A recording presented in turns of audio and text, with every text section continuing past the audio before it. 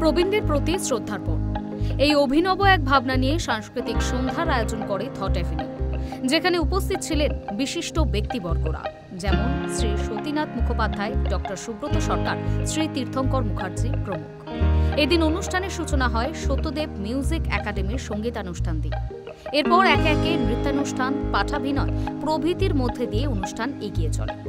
এদিন thought Avenue এর কর্ণধার এই অভিনব ভাবনা সম্পর্কে জানান, প্রবীণদের পাশে থাকার কথা ভেবেই এই ভাবনা। যেমন অনেক সময় তাদের মানসিক সাপোর্টের দরকার হয়, প্রবীণরাও চায় যে কেউ তাদেরকে কেয়ার করবে, তাদের সাথে কথা বলবে, তাদের জন্য ভাববে। এই সব কথা ভেবেই তাদের উদ্দেশ্যে এই অনুষ্ঠানের আয়োজন করা, যাতে বাকিরাও উদ্যোগী হয় তাদের পাশে দাঁড়াতে।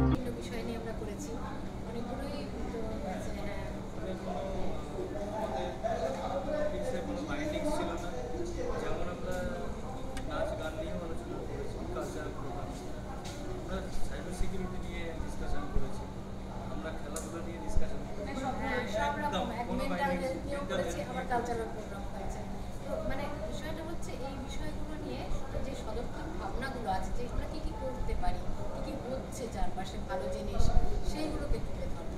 তো এই ভাবনাটাই চলছে আমাদের। আর গত বছর থেকে মঞ্চ অনুষ্ঠান করছি। গত বছর পূর্ণিমার দিন আমরা করেছিলাম, পূর্ণিমার আগের দিন। এরপর একে একে বিশিষ্ট ব্যক্তিদের সম্বর্ধনা দেওয়া হয়।